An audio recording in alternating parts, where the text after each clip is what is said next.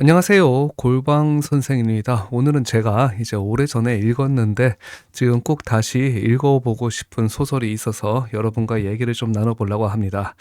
오늘 제가 소개해드리고 싶은 책은 파울로 코엘료 작가의 11분입니다. 워낙에 유명한 작가의 유명한 작품이기도 해서 제가 뭐 따로 소개를 드릴 게 있겠냐마는 그래도 이번에 다시 읽어보고 느낀 게 많아서 그 얘기를 좀 해보려고 해요. 예, 다들 아시겠지만 그래도 혹시 좀 궁금해하시는 분이 있을 수도 있으니까 작가 소개를 좀 간단하게 드리자면 작가 파울로 코엘료는 이제 세계적으로 굉장히 명성이 있는 브라질의 신비주의 작가이고 연금술사를 썼죠. 세계 20개 국가에서 번역되기도 한 연금술사는 한국에서도 정말 굉장히 큰 인기를 얻던 바가 있습니다. 제목인 11부는 하나마나 안 짧은 대화를 나누고 옷을 벗고 입고 하는 시간을 뺀 실질적으로 성관계에 필요한 시간으로 정했다고 합니다. 사람들은 그 11분이라는 짧은 시간을 위해 모든 것을 걸고 살아간다는 거죠. 갑자기 생각나는 노래가 있네요. 작품의 어떤 시작을 또 한번 들여다보도록 하겠습니다. 작품은 이제 영지주의 경전인 나그 한마디에서 인용한 이시스 찬가로 시작하고 있습니다. 이시스는 이제 고대 이집트의 여신으로 그리스의 신화에서는 헤라, 성경에서는 아데미 신으로 등장한다고 하네요. 영지주의란 거는 이제 뭐 어떤 신비적 지식을 통해서 구원을 얻으려고 하는 종교 운동을 말한다고 합니다. 시가 조금 이제 길이가 있는데요. 그래도 한번 좀 읽어드리자면은 나는 최초의 여자이자 마지막 여자이니 나는 경배받는 여자이자 멸시받는 여자이니 나는 창녀이자 성녀이니 나는 아내이자 동정녀이니 나는 어머니이자 딸이니 나는 내 어머니의 팔이니 나는 불임이자 다산이니 나는 유부녀이자 독신녀이니 나는 빛 가운데 분만하는 여자이자 결코 출산해 본 적이 없는 여자이니 나는 출산의 고통을 위로하는 여자이니 나는 아내이자 남편이니 그리고 나를 창조한 것이 내 남자라. 나는 내 남편의 누이이니 그리고 그는 버려진 내 자식이니 언제나 날 존중하라. 나는 추문을 일으키는 여자이고 더없이 멋진 여자이니. 마무리 부분이 참 너무 인상 깊어서 제가 한번 끝까지 읽어드려 봤습니다. 추문을 일으키는 여자이고 더없이 멋진 여자이니. 이 찬가는 그 여자로서 될 수 있는 모든 양립할 수 없는 존재를 대비적으로 열거함으로써 앞으로 이제 주인공이 보여줄 이야기의 아이러니를 암시하고 있지 않나 이런 생각을 한번 해봤습니다. 줄거리 설명 간단하게 한번 해보도록 하겠습니다. 주인공인 마리아는 이제 브라질 동북부의 아주 작은 도시에서 태어나는데 나이트클럽 하나, 영화관 하나, 은행 하나밖에 없는 진짜 작은 도시였다고 해요. 거기서 태어난 마리아는 사실은 굉장히 예쁩니다. 그래서 이제 15살 정도에 이미 어느 정도 사랑의 단맛과 쓴맛을 보고 좀 예습을 마친 상태거든요. 그러다 보니까 19살에 동네에 있는 작은 직물 가게에 취직을 하는데 사장도 이제 마리아가 좋아서 죽으려고 합니다. 근데 이제 마리아는 살짝 이렇게 좀 플러팅을 해 가면서 이제 추가 사돈도 이제 많이 뜯어내고 그렇게 되죠. 그래서 휴가 갈 돈을 모읍니다. 왜냐하면 마리아는 항상 이 작은 도시를 벗어나고 싶었거든요. 그래서 리우데자네이루로 휴가를 떠날 돈을 모은 겁니다. 리우데자네이루, 굉장히 그녀가 항상 이제 꿈꿨던 대도시죠. 거기서 그녀는 이제 나를 데려가줄 새로운 백마탄 왕자님을 이제 찾는 모험으로 온 거예요. 근데 그녀가 만나게 된 것은 한 스위스 사업가입니다. 자신은 이제 연예계에서 일하고 있다고 소개한 이 스위스 사업가는 마리아를 보면서 연예계에서 한번 성공해볼 생각은 없냐 이러면서 그녀가 지금까지는 상상도 하지 못했던 수준의 급여를 제시를 합니다. 마리아는 드디어 내게 기회가 왔구나. 뭐 백마탄 왕자님은 아닌 것 같지만 어쨌든 간에 나한테 돈을 많이 벌게 해줄 그리고 화려한 연예계로 진출할 문을 열어줄 남자를 만났다. 이러면서 그를 따라서 스위스로 건너가게 됩니다. 그렇지만 솔직하게 그녀가 하게 된 일은 쉽게 말해서 춤으로 노가다 하는 거예요. 하루 종일 이제 웃는 얼굴로 춤을 추는 이제 그 클럽에서 일을 하게 돼요. 댄서로 일을 하게 된 거죠. 근데 사실 그 마리아는 자체가 이제 낙천적이기도 하고 긍정적인 성격이라서 춤을 추는 것 자체는 그렇게 싫어하지는 않거든요. 그러면 되는데 이 사장이 굉장히 악질입니다. 어느 정도로 악질이냐면은 이제 마리아를 스카우트 해오려고 뭐 이렇게 좀 비싼 술도 좀 사 먹이고 밥도 좀 사 먹이고 돈도 좀 주고 했을 거 아니에요. 그걸 전부 다 비용으로 쳐 가지고 마리아한테 전가를 합니다. 그 정도로 좀 악질이다 보니까는 이미 빚을 안고 일을 시작하게 되다 보니까 미래가 굉장히 어두운 거예요. 그러나 이제 우리의 주인공 마리아가 그렇게 이제 만만한 여자는 아닙니다. 프랑스어 공부도 열심히 하고 인맥도 쌓아 가지고 이제 사장한테 한 방 먹이죠. "당신 변호사 만나고 싶냐고. 고용노동법 제대로 지키라고." 그래서 도리어 이제 사장한테 목돈을 뜯어내게 돼요. 여기서 이제 뭐 간단한 토막 상식인데 '스위스로 간 사람이 왜 프랑스어를 공부하나.' 이런 생각하실 수가 있는데 스위스는 이제 나라는 작은데 쓰고 있는 국어가 4 개라네요. 예. 그러니까 일부 지역에서는 프랑스어를 쓰고 일부 지역은 독일어, 또 일부 지역은 이탈리안, 그리고 일부 지역은 진짜 스위스 방언이라고 할 수 있는 로만쉬어를 쓴다고 합니다. 그리고 이제 마리아가 있는 지역은 이제 프랑스어를 쓰는 지역이기 때문에 이제 프랑스어를 공부를 한 거예요. 근데 이 프랑스어가 사실 그 본토에서 쓰는 프랑스어처럼 이렇게 다다다다 이렇게 빠르지가 않고 스위스 고유의 억양이 있어서 굉장히 좀 느릿느릿한 프랑스어를 쓴다고 하더라고요. 예, 각설하고 그러면은 사장한테 돈을 뜯어낸 마리아는 어떻게 하기로 했냐?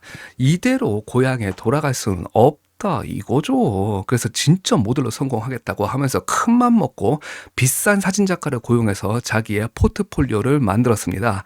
그래서 이 포트폴리오를 모델 에이전시마다 찾아다니면서 막 돌리고 다녀요. 그리고 이제 일이 들어오겠지 하면서 기다리고 있는 거예요. 사실 일이 쉽게 들어오진 않았는데 정말 이제 '야 진짜 이거 밥 굶겠다. 고향으로 건너가야 되나?' 싶을 때 드디어 한 통의 전화가 옵니다. 어떤 아랍인이 패션쇼에서 일할 모델을 구한다는 거예요. 마리아는 '드디어 기회가 왔구나.'라고 하면서 기쁜 마음으로 그 아랍인을 찾아갑니다. 그리고 여러분들 다 예상하시다시피 그녀는 거기서 건너면 안 될 강을 건너게 되죠. 그 아랍인은 돈을 주고 마리아와 하룻밤 성관계를 맺습니다. 근데 아이러니하게도 마리아는 거기서 상실감, 비참함, 뭐 자괴감 이런 것을 느낀 게 아니고 무한한 해방감을 느낍니다.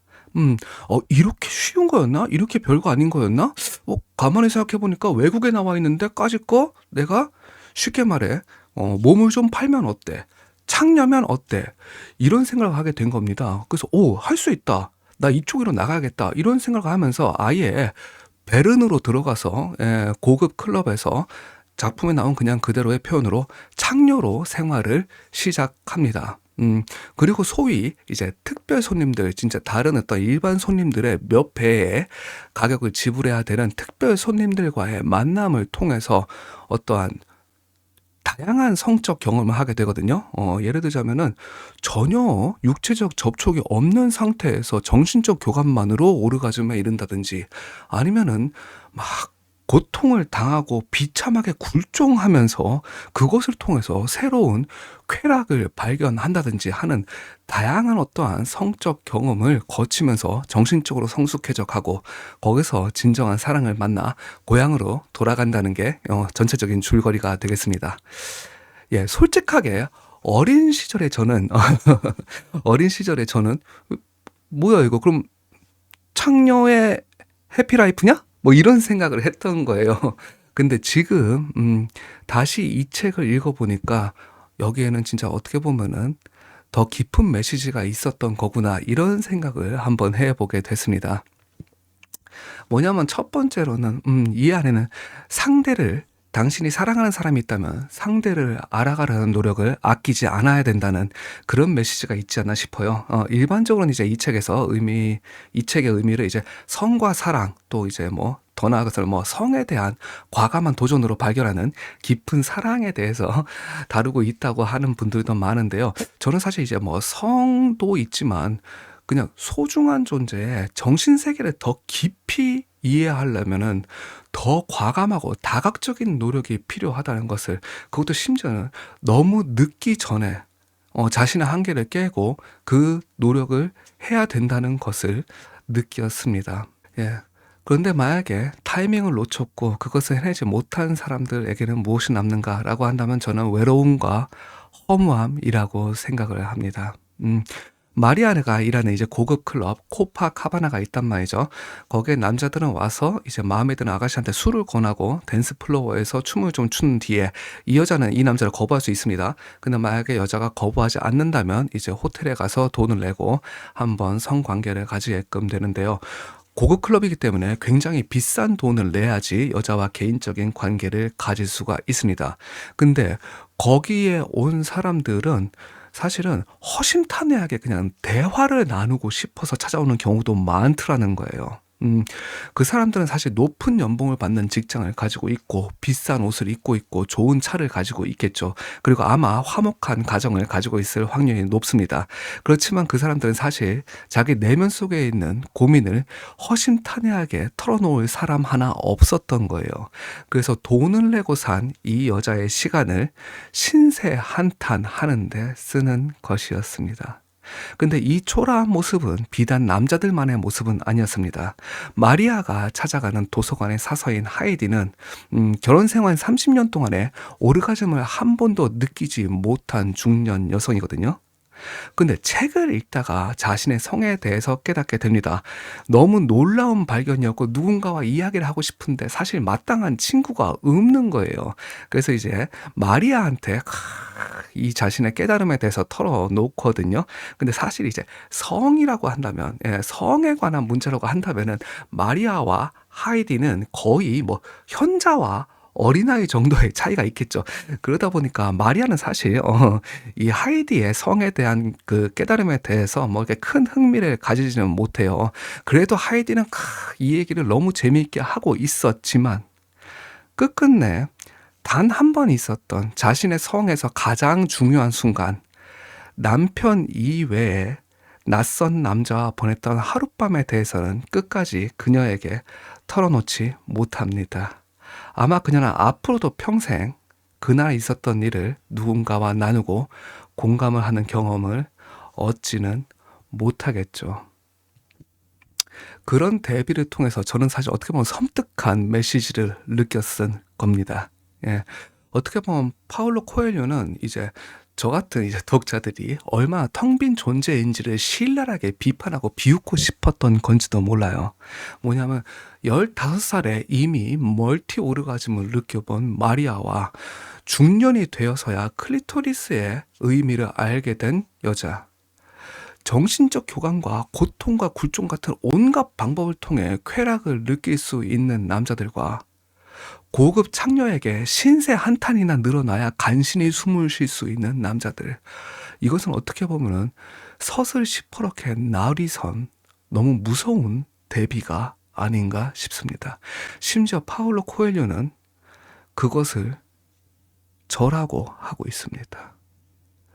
창녀에게 속내를 털어놓고 그렇게 간신히 숨이나 쉬는 남자, 중년의 클리토리스를 알고 신기해하는 여자, 그것은 접니다. 저와 같이 많은 것을 느끼지 못하고 하루하루를 살아가는 독자들일 것입니다. 그리고 마리아와 마리아의 특별 손님인 테레시, 밀러는 타인입니다. 마치 SNS 속의 존재처럼 외롭지 않은 사람들, 행복한 사람들, 모든 쾌락을 맛보고 회한이 없는 삶을 살아가는 존재들이죠. 작가는 저에게 이렇게 묻고 있는 것 같습니다. 당신은 어떻게 그렇게 살고 있냐고요. 예, 또 제가 이 아름다운 책을 너무 부정적으로 이해한 건 아닌가 하는 염려가 있긴 한데요. 제가 또 이 책에서 찾은 어떠한 주요한 메시지가 있다면, 열정을 쏟을 존재가 있다면 그 존재를 더 잘 이해하기 위해 멈추지 말고 탐구하라는 것. 파고 파고 또 파서 새로운 세계에 도달할 수 있을 때까지 그 탐구를 이어가라는 어떠한 메시지가 있는 것 같습니다. 근데 이 책을 처음 읽었을 때는 그걸 찾지를 못했어요. 그래서 또 그런 아까움이 좀 남아서 이런 식으로 또 이해하게 된 것이 아닌가 하는 생각을 합니다. 끝으로 제가 이 책에서 참 인상 깊게 읽은 부분이 있어서 여러분께 한번 읽어봐 드리려고 합니다.